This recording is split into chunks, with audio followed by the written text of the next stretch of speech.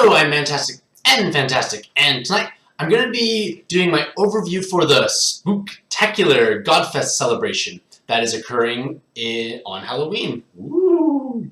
So, I am wearing a gray sweater, which many people do comment on, and I don't wear the same sweater all the time. I actually just have a lot of gray sweaters. I'm not sure why that's the case, but I'm a relatively colorful guy, I like to think, but I just have a lot of gray. Regardless.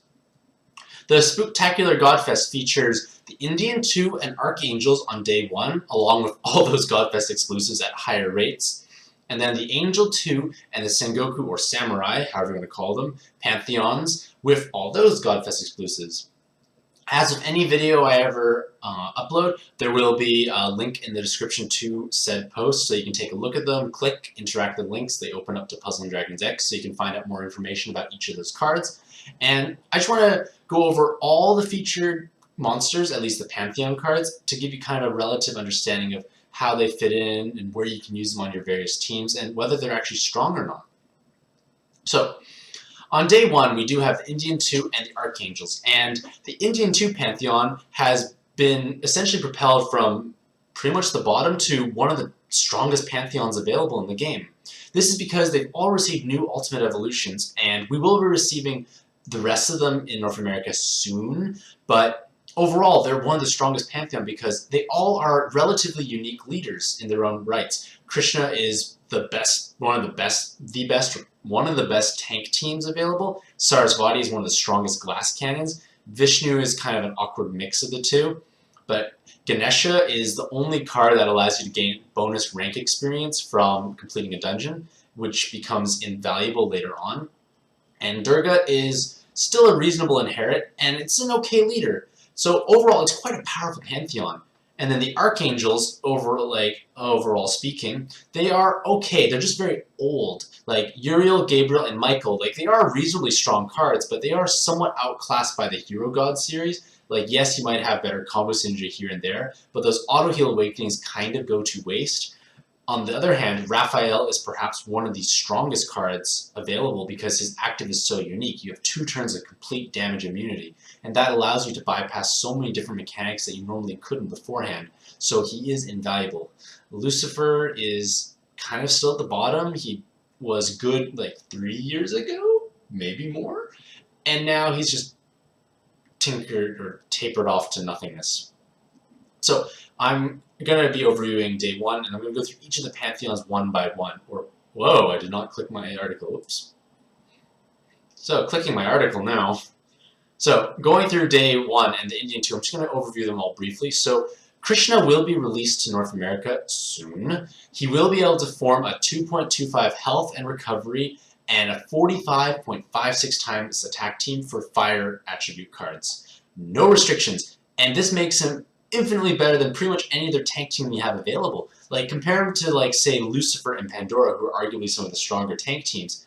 He has, triple the damage of Lucifer, and more durability and more recovery, and no restrictions of typing at all. How is this even fair? Lucifer was good. Lucifer could clear lots of content. You can clear Arena 1, Arena 2. Krishna can do more. So this is pretty fantastic. He is compared to Xiang Mei quite a bit, and arguably speaking, he could be stronger because you don't have to rely on making heart combos. You can focus on pure fire damage, and you might actually output more. Possibly, I'm not sure, don't quote me on this, but the fact that he also has a better sub-pool, which is essentially every fire monster, makes him more desirable, more flexibility, more utility. So Krishna functions like Sarasvati, except that he has a lower damage multiplier cap, but he has the defensive components to compensate, so it makes him a stronger leader overall. So Krishna is very powerful. You have permanent Skyfalls, you can obviously inherit on top of it, so you have lots of damage from these passive orb enhances because every fire orb that falls down will be triggered in explosions. You can control your damage somewhat by electing to form rows or 2 prongs or none at all, or even just controlling the amount of fire combos you make. So he has a lot of power and a lot of utility as well at the same time. So it's going to be a strong leader because you can use every fire sub, and that's one of the main problems of a lot of leaders nowadays. You can't actually use the cards you want to use because they have the wrong typing, whereas Krishna can use everyone. So those sonatas you've been collecting dust can be put to good use, so that powerful active combined with Erd will do explosive amounts of damage. And you can use Krishna as a sub. It's not going to be as effective, but it has a good way to ensure that every single orb falls down is enhanced, as well as overriding Skyfalls, and even being a base for skill inheritance. So lots of interesting options for Krishna. I would like to roll one personally on either account. Next is Sarasvati, and I play Sarasvati a lot, like quite extensively. Like, she is one of my favorite cards to use. She's one of the most powerful glass cannon leaders, especially with this new overhaul to her leader skill, where you only need to use 9 water orbs to trigger 100 times.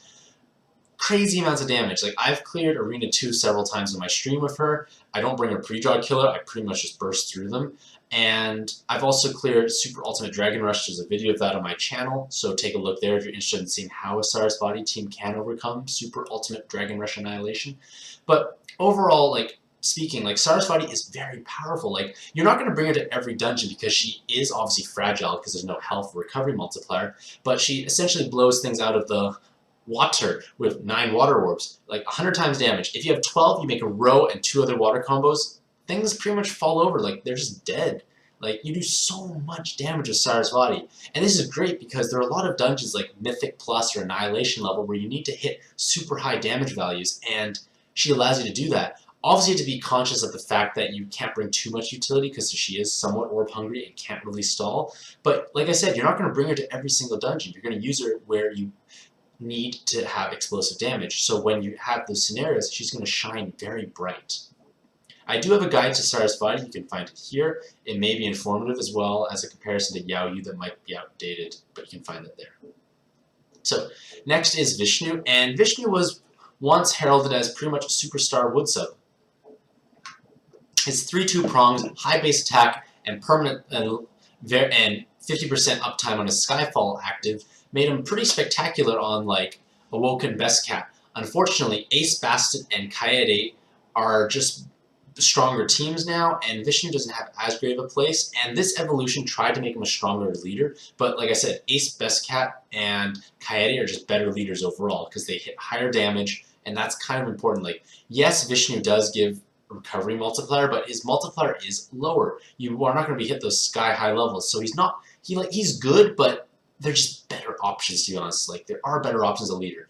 And as a sub, he's kind of losing ground because Ace Best Cat cannot utilize 2 prongs because she's combo based. Awoken Kushinade is also combo based, so 2 prongs have less value.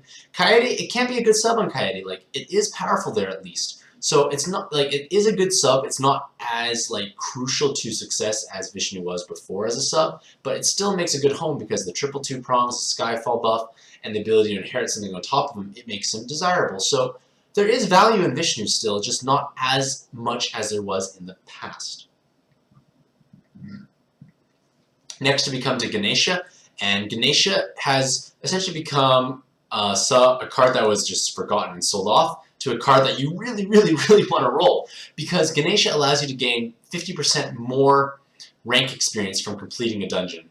And that is huge because you're able to do, say, Experience of a Lifetime and gain more, or Monday Dungeon and gain more. So there are a lot of button teams out there on the Japan server that utilize dual Ganesha leaders that allows you to basically gain an exorbitant amount of rank experience for no effort. So that's the new cool way to rank up.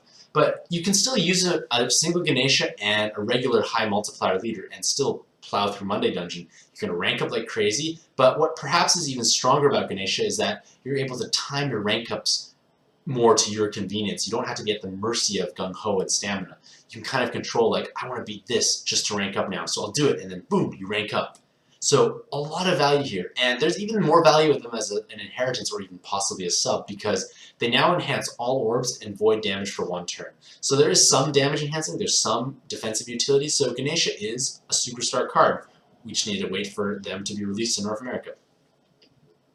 And finally we come to Durga, and Durga has never been viable to the extent that you really want to have her as a rainbow leader. Like, she was released so late that it just wasn't necessarily viable because there were better options just coming out, so she was kind of sidelined.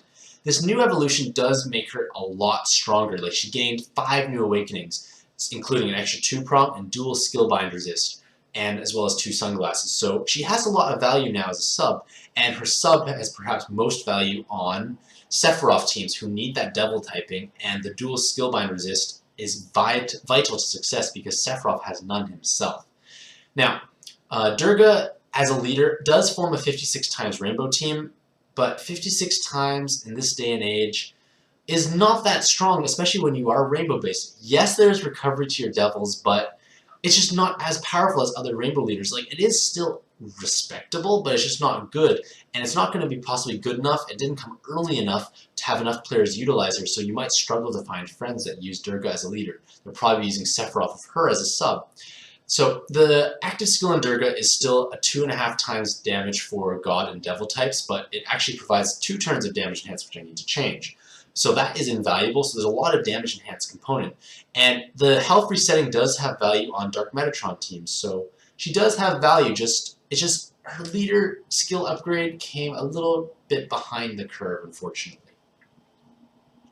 Next is Uriel, and Uriel has been kind of just viewed as a staple Xiangmei sub. And Xiangmei is kind of on the decline, more so because of the Heart Cross meta. I'm not saying that she's weak, I'm just saying that she's not as strong, so therefore Uriel is not used as much, because Xiangmei is used less. Because Uriel's 4 auto-heal awakenings are somewhat redundant, there are better awakenings out there, so it just makes them less desirable, say, compared to Sonata or Yamato. So it's just awkward at this point in time. Next is Gabriel, and Gabriel does see some use. He is a respectable orb changer because you do have Awoken Lakshmi, but he cannot be used on Blue Sonya teams, which is kind of frustrating for those who do run it. Still works in II and Ryune, but again, that team is starting to fall out of favor. And to be honest, Andromeda largely outclasses him in most regards because Andromeda has that Recover Bind and has the synergy with Erd boards, so he does feel a bit lackluster by comparison, to be honest. Like, it's just not as strong. Still respectable. I have mine 297, but I don't use them that often. The auto-heal awakenings, like I said, have situational uses, but they're not as powerful as the awakenings that, say, Andromeda provides. Next is Michael, and Michael might have a bit more value and compared to the other two, aside from Xiangmei for Uriel, because Michael can combo beautifully with Sylvie boards, because Sylvie forms light, wood, and hearts, and Michael will allow you to form a 2/3 wood, 1/3 heart board. So this has potential as an inheritance on, say, Kaede teams who require the wood and heart orbs, or even just as a mono wood team who uses rose, which is kind of dying out. Like, there is options for Michael, but then again, there is the issue of the auto-heal awakenings having less value, and he does have that attacker typing, so it does work on Awoken Astaroth teams, but those teams are kind of on the decline as well, to be honest. Next is Raphael, and Raphael essentially became 0 to hero with his upgrade to his active skill, because his active skill now allows you to void damage for 2 turns, as well as creating an entire board of hearts. So that means you are immune to dying for 2 turns, and you have the ability to heal instantly to full health, pretty much, because I think 30 heart orbs are pretty much going to heal you to full health, in all honesty.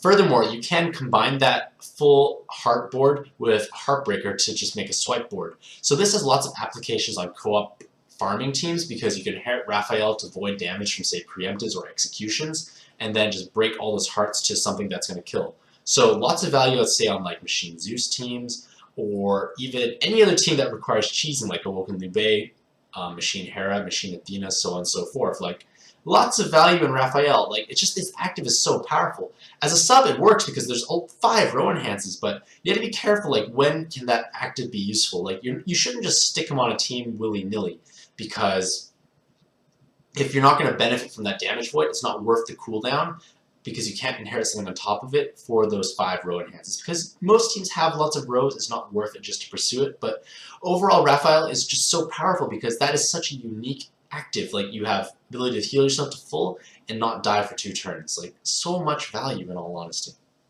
And finally, we come to the Lucifer, who is not Awoken Lucifer, it's just the Archangel Lucifer, and it's kind of declined a lot. It's not really a strong leader anymore. Like, that was a strong leader 3 years ago, so it's not really relevant. You can maybe use him as a base for skill inheritance because he has the balance and devil typing, but at a 7-turn cooldown, that can be somewhat troublesome to skill up. I guess Kamitsugu allows you to, but it's not as practical as it used to be. Like, or not as practical as you want in a sub. Like, the 2 prongs have less value because most dark teams are row based, so he's losing value, as well as having 4 auto heals. Like, it's just not too much value anymore in Lucifer, unfortunately. So, on day 2, they feature the Angel 2 Pantheon and the Sengoku/Samurai. So, the Angel 2, as an overall speaking, are quite lackluster. They were pretty much bad in their release. They've gained tiny buffs here and there to some active skills. Raziel has gained like a staple sub status on Ranove teams, but outside of that, and maybe Ariel and Miru TPA hybrid Izanagi, not so much value, to be honest. They're in need of a buff or a new evolution. Like, they're just really weak. They were weak to start, they're still weak right now. On the other hand, Sengoku is one of the strongest pantheons available because all 5 of them possess unique and powerful actives that can allow you to do a lot of, they bring a lot of value to the team. And now with their new evolutions, they are able to be used as subs, because beforehand you may not use them because they had lackluster stats and awakenings, but now you want to use them. So they are very powerful. They're so strong. Like, their actives are so unique, so they're good as inheritances or as actual subs now on their respective monocolor teams, while KG is a rainbow leader. But the point being is they're very powerful. It's just unfortunate that they were featured just recently, but they're paired with possibly an even worse Pantheon. Like, I don't know what they're thinking. Like, if they paired this with, say, Indian 2, you should be rolling to your heart's desire, because that's such a strong pairing, but they just didn't do that. Like, maybe they don't want our money. I don't know. I don't know. And they feature all these Godfest exclusives. So Kaede is featured in both, so that is something to keep in mind, because Kaede is kind of desired right now, so that is beneficial, along with the newer Godfest exclusives like Ranove, Gremory, Dantalion, Citri, Paimon, so on and so forth. So, on day 2, Raziel has gained pretty much staple sub status on Ranove teams because Ranove requires rainbow colors to activate, so Raziel provides the best fire water coverage available because he is a heart cross leader, so you are able to convert heart lights to hearts, as well as possessing those triple 2 prongs, so she can burst high. Furthermore, her bind immunity and recover bind awakening combined with heart generating active allows her to be used as a pseudo bind clear or as an inheritance as a base to inherit a bind clearing active or whatever utility you require for Ranove. So she is invaluable on that team. Furthermore, when the reincarnated Shiva is released, she will possibly have a lot more value because he is 2-prong based, and you can inherit something on top of it because of the short 5-turn cooldown. Overall, it is a powerful card, and like, it is something to look forward to if you have either Ranove or Shiva. Next is Famiel, and Famiel has a board change that is perfect for Yumasachi Yamasachi, but aside from that, not much value because it doesn't make hearts, and because it's 4 elements, the distribution is not going to be high enough for a monocolor team to capitalize on.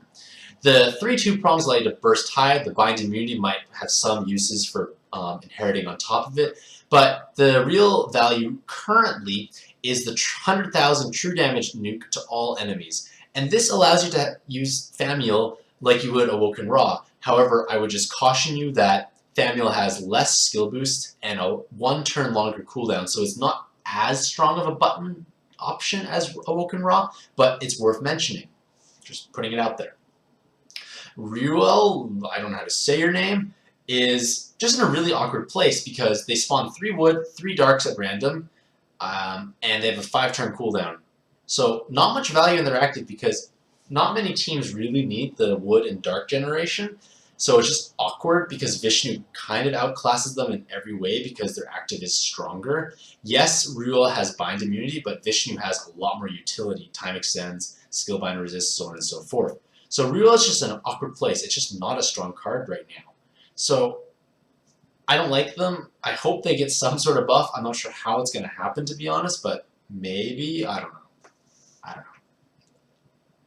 Next is Ariel, and Ariel is not necessarily a mermaid in Puzzle and Dragons, but instead they're possibly an avenging angel with an attacker typing.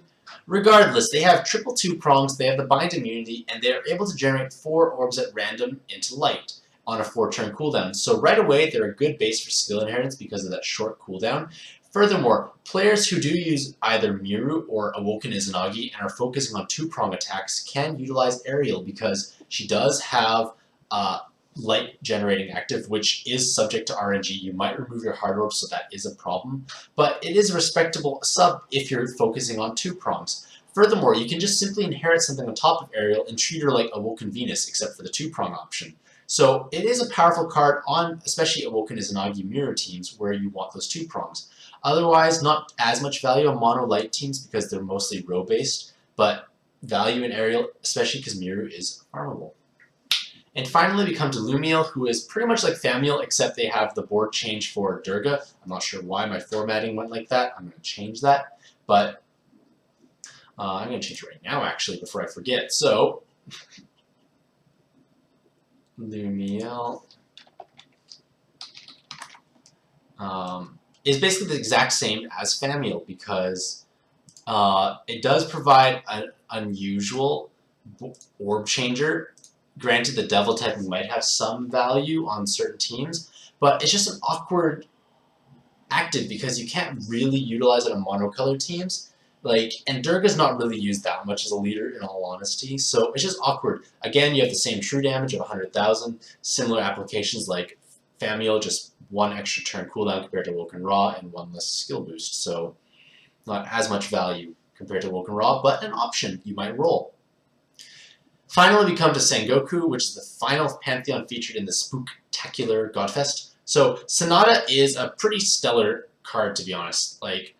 He has one of the strongest actives because it's water to fire, light to hearts, and enhancing all fire orbs. So, you combine 3 different elements. You have your primary damage orb generation with an enhance, and the heart orb generation. So, you have so much value. And it's just the only problem with Sonata currently is there's no perfect team for him. Outside of waiting for Krishna,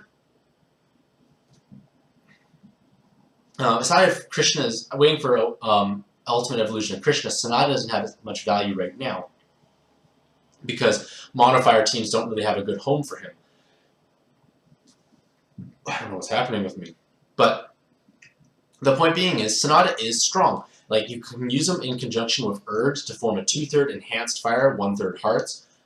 Huge burst damage. Everything's going to fall over, especially when Krishna comes out and you have that 45 times row damage. Sweet, sweet row damage. So Sonata is going to be powerful when Krishna is released. Otherwise, it's just kind of awkward because Cao does work, Rao does work, but they're just not as popular options currently. So I'd really just be excited for Krishna because that's kind of the savior for fire teams because every fire card can be used then. Mori Montanari is a spectacular mono water sub now with his new evolution. 4 row enhances, a very powerful active that provides fire and water orbs on a 2-turn, along with 2 turns of haste on a 14-turn cooldown. The cooldown is long, but it's great either in co-op farming when you need various actives to help cycle up your other skills because you may not be able to recharge them. So what I like to do is utilize the physical typing on either my Blue Sonya team or Sarasvati. Use all my other actives and then do Mori Montanari last. That way I'm able to hasten up everyone else and possibly use actives again when I may not have been able to. The bicolor board allows you to do great burst damage. It's just a strong card right now, and his artwork is pretty Mantastic in my opinion. Next is Mitsunari, and Mitsunari is just kind of awkward, mostly because Woodrow teams don't really exist. Yes, you can use them on Awoken Liu Bei. Yes, you can use Mitsunari first, then Awoken Liu Bei's active after to form a pseudo full board wood, but you're better off using Zeus Dios as a sub. Maybe you can use Mitsunari as a way to overcome combo shields, but you're better off with a dual-colored board changer. So, everyone's doing the job better. Perhaps maybe the haste might be the most valuable component if you need to cycle up your actives, but just be aware that his tri-color board changer may not have enough wood orbs for activation for damage, so just keep that in mind. However, with all that being said, he makes a great inheritance on especially mono dark teams, especially when you run Pandora, because you can use Mitsunari, then Pandora, for a 2/3 dark, 1/3 hardware board, so potential there at least. Next we come to Keiji, and Keiji is a rainbow leader. He is possibly a rainbow sub because he changes all orbs to random plus a 1-turn haste. And this randomness or reshuffle allows you to actually remove locked jammer orbs, and that's invaluable, say, on 297 Zeus. So some value there, but a lot of people would not run him as a staple bind clear sub because the active is random. You may not there's a very strong chance you'll use KG, and you won't actually have orbs to activate because you'll be missing certain elements. And that's unfortunate because he could be strong. Like, he has nice awakenings. Like, he has good awakenings, like dual 2-prong, fire coverage. He could be strong. It's not reliable enough. You're only going to use him as mostly likely as an inheritance in niche situations. However, his new evolution does allow you to form 100 times attack glass cannon leader. So for players that don't have KG, for players who don't have a high-end glass cannon leader, it might have value as a leader because you at least will have access to something that can burst very high. And last and certainly not least is Akachi. And Akachi has been a stellar sub because of the Devil's Hyping and perfect board synergy with Haku and Zuo, because you can form 2/3 dark, 1/3 of either hearts or wood. So crazy amounts of burst damage potential. And now with his new evolution, he has either 2 rows or 2 orb enhances. So a lot of value in Akachi right now. Like, he's still pretty much just as good as ever. I guess the only downside is that dark teams are kind of on the decline that use him because dark is kind of lacking a strong leader. Maybe with Yomi Dragon's new evolution, Akachi will see more relevance because Awoken Yomi Dragon might be stronger. Yes, Awoken Lucifer, yes, Awoken Pandora are strong leaders, but they're just lacking in this current meta where they're not doing enough damage and not being quite tanky enough. But overall, Akachi is still one of the strongest dark cards available, and if you roll him, amazing. If you roll duplicates of him, still great because his active is just so powerful. So, in conclusion, like, I personally feel that day 1 is a stronger day to roll because you have Indian 2, which is possibly some of the strongest leaders right now for non-Godfest exclusives, as well as Archangels, which are respectable, but you do have Raphael, you do have Ganesha, you do have lots of unique cards you can roll, along with having a strong Godfest exclusive lineup. And day 2 is just not as strong because you do have the Angel 2s, and they're just really bringing Sengoku down. Because if Sengoku was paired with almost any other Pantheon, it'd be a good day to roll. So overall, this is a reasonable Godfest to roll. And do keep in mind that it is Heaven's Gala, so if you are looking to bolster like your light box, at least you have collateral chances of rolling, say, Wukong, who I would love so much. But obviously, everyone's box is different. Like, just because generalizations may place Indian 2 as a strong leadership potential, if you own multiple of them or have no cards that have synergy, it may not be worth rolling. So obviously what you choose or when you choose to roll should be based off of when or what benefits you the most, because what benefits me may not help you because I'm in a different state of the game. I have different cards at my disposal, so roll for what benefits you the most. That's why I make these videos, to promote discussion and at least inform you of what all the cards do so you can make an informed decision. So, like I said, this video will be in the description below, so check it out to have a read through, as well as the handy links to Puzzling Dragons X in case you need more information of those monsters. So, for everyone who's rolling, I wish you the best of luck, have a mantastic day, and happy puzzling!